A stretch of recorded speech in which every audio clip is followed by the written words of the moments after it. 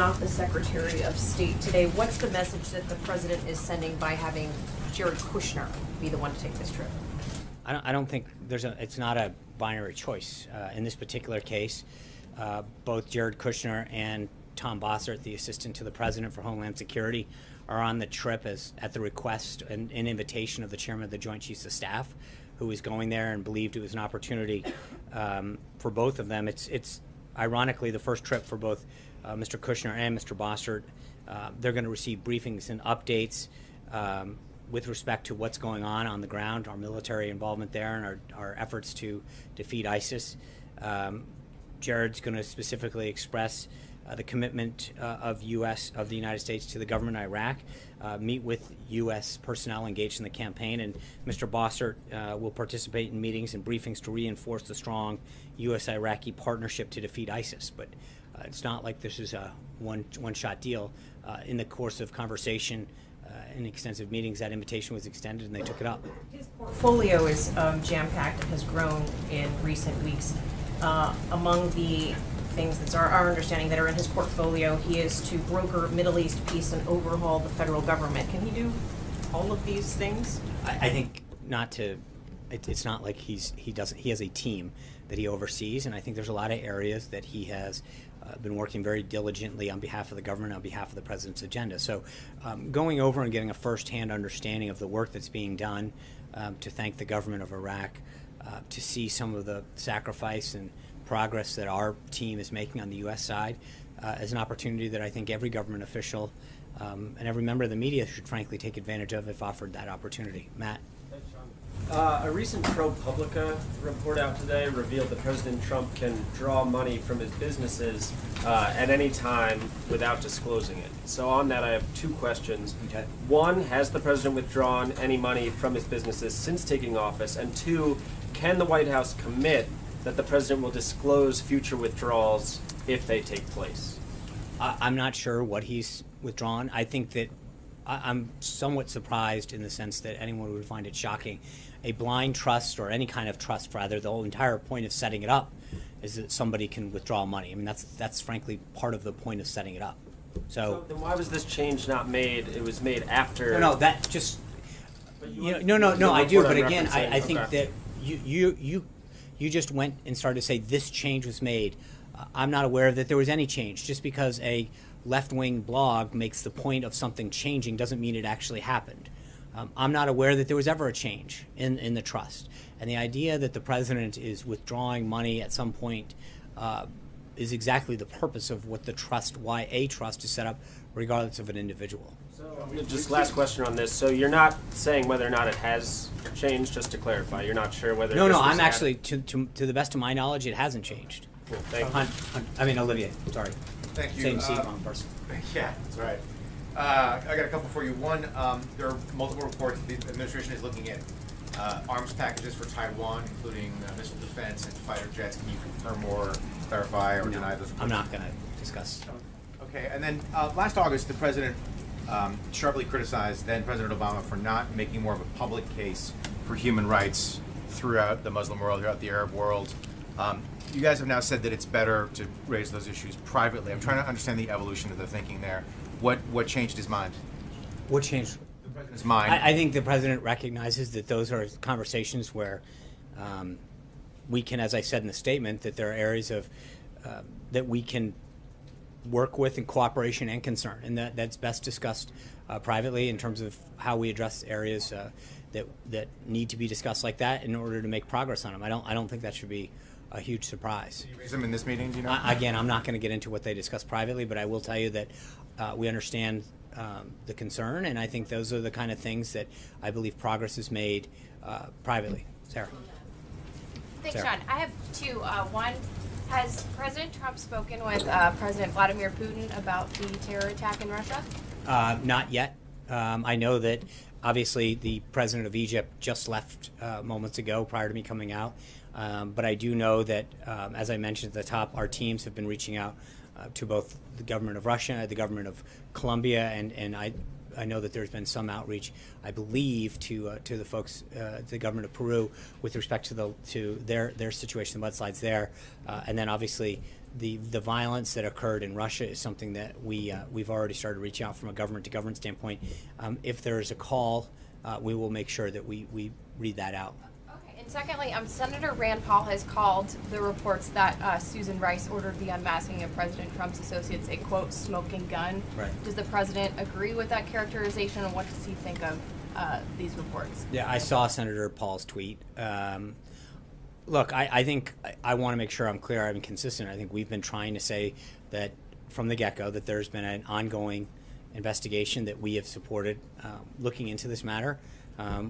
I will say that we have continued to say that I think there is a troubling direction that some of this is going in, but we're going to let this review and go on before we jump to it. But I think that it is interesting the level of or the lack of interest that I've seen in these developments when it goes in one direction versus where I think it was going, where other amounts of interest that have come from this room and beyond. I'm somewhat surprised in terms of the level of interest that I've seen from the press corps at one set of developments versus another set of developments. That being said, I'm not going to start getting into a further discussion of that. Blake. Sean, thanks. Let me pick up here a couple questions, but I'll start here. Does the White House believe Susan Rice may have done anything illegal? I think I'm not going to appreciate the effort there. I'm not going to start going down that road. As we've said before, if we go down one road, we need to go down them all. And I think at this point, we have supported this review that we've asked for. But I do think that when you see the developments that we've seen in terms of the public on the record comments that Dr. Farkas, Evelyn Farkas, who is the Deputy Assistant Secretary for Defense for Russian Affairs, said very publicly that this was part of an attempt of the Obama administration to spread classified information. Then you see the developments that have happened today. I would just say that, as again, I'm somewhat more from a media standpoint, somewhat intrigued by the lack of interest that we've seen in some of these public revelations and reporting that has gone in that direction that we've seen in some of the other directions that we've seen. That being said, I'm not going to get into. And let me ask you, as it relates to Neil Gorsuch, Yeah. Is the White House comfortable with the nuclear option potentially being invoked? The president said several weeks ago that this was something that he would support. We're comfortable in the sense that obviously that decision is up to Leader McConnell to make how he wants the Senate to deal with this. I think the majority leader's comments are very clear in the direction that he's headed in. But I think we have entered a whole new league if this goes forward in terms of Democrats really going and saying it's one thing to vote against a nominee. We've seen that in the past, and I understand that. But we've now gone from the devolution of agreeing that there are certain people that a president has the right as long as they're qualified, right? We've seen that in the past. John Roberts, I think, got 78 votes. But when you see that go in one direction versus now that there's literally going to be the first filibuster in modern times on a qualified judge that's going to end up going on the court, we have really come a long way. And I think Democrats are setting a very dangerous precedent when it comes to how they want to do this, because this isn't about voting against somebody or having an issue with them. It is literally trying to stop using the filibuster for something that it was never intended for, nor has it ever really been the principle that we would vote down somebody who is qualified. Trey. What is President Trump doing behind the scenes to make sure that his pick for the Supreme Court, Judge Neil Gorsuch, ultimately is confirmed by the Senate? And what message does he have for Democrats on Capitol Hill who said they're going to filibuster? Well, I mean, if you look at, I think it's 4 Democrats that are now saying that they're going to vote against the filibuster. I think we feel good about that level of support. We've, I think, done a very good job of making sure that we have the Republican majority support that we need to pass it. It is now an internal question for senators to determine how they want to do it.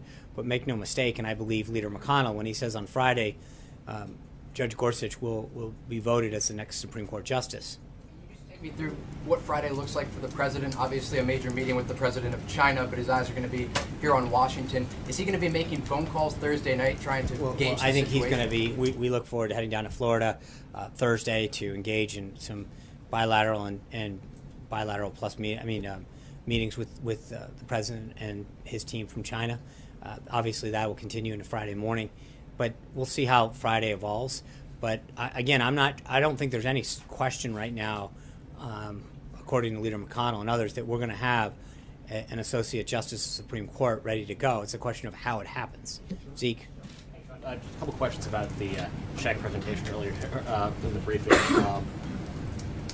You mentioned that he was decided to give the money to the Park Service at the advice of council. Is there an issue with him making a donation to a nonprofit? I think there was just that when given the options, he decided that there was a list of government entities that can accept donations. Ironically, it's not as easy to give money to the government as you would think, and aside from the IRS, and then I don't think you're giving. But my point is that he looked through a variety, and for this quarter, he chose the National Park Service.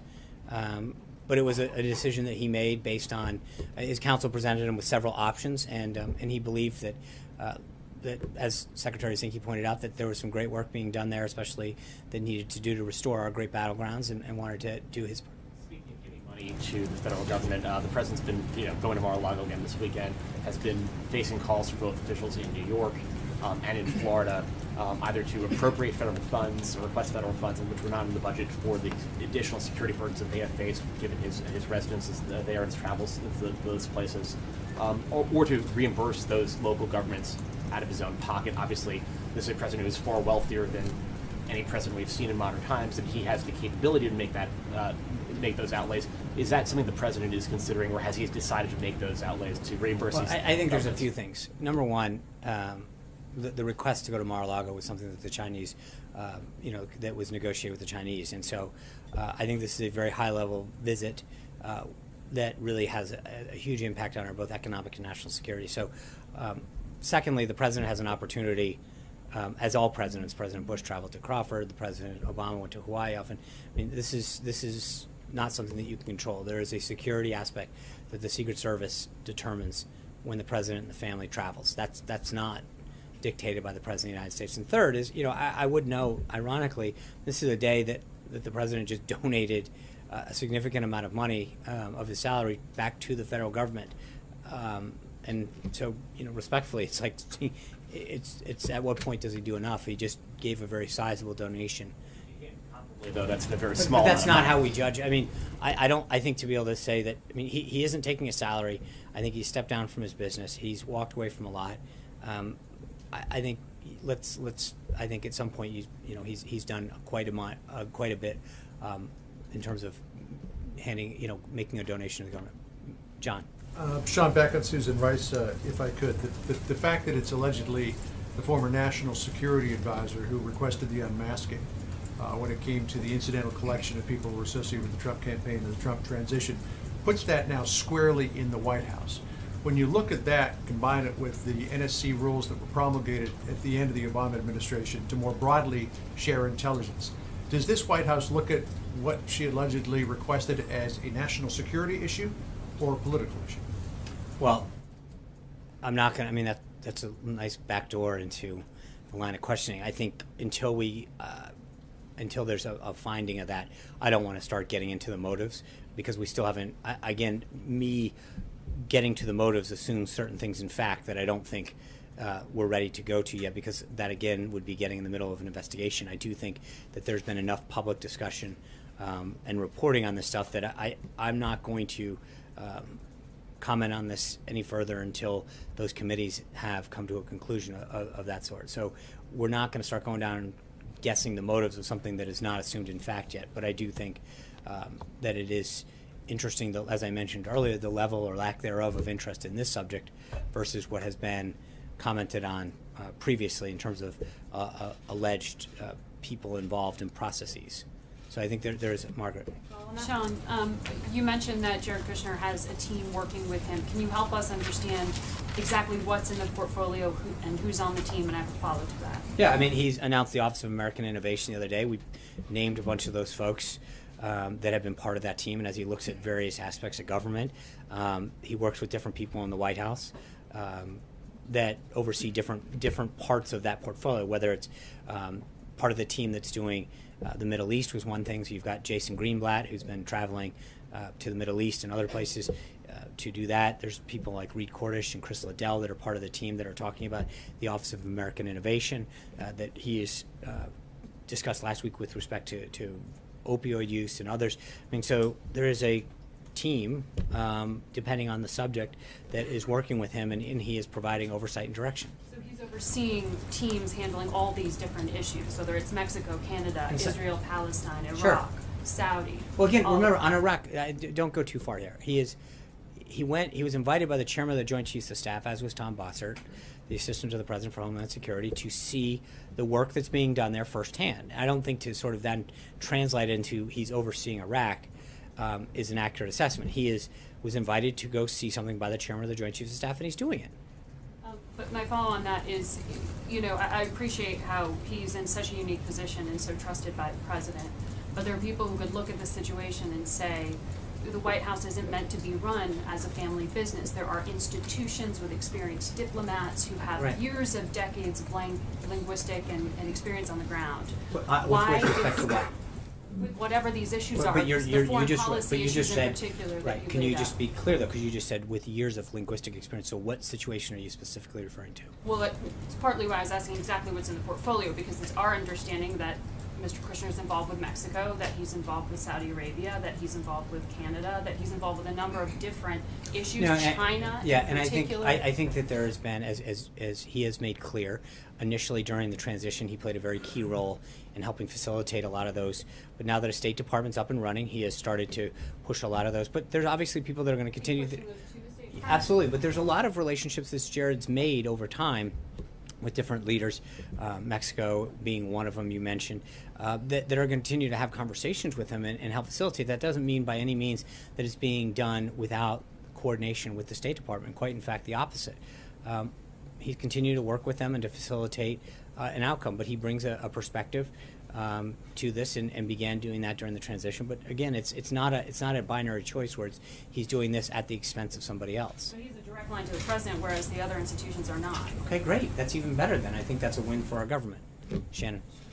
On healthcare, has the president been reaching out, or anyone in the administration, to Democrats in Congress? Can you say specifically who? And does he still see the opportunity to work more closely with Democrats, given the difficulties with the House Freedom Caucus? Yeah, I think the president has made clear that he intends to work with anyone who wants to help him get to the number of votes. He obviously had a very productive discussion this weekend with Senator Paul. I know the vice president has been actively engaged, as well as other members of the staff, with members of the House in particular.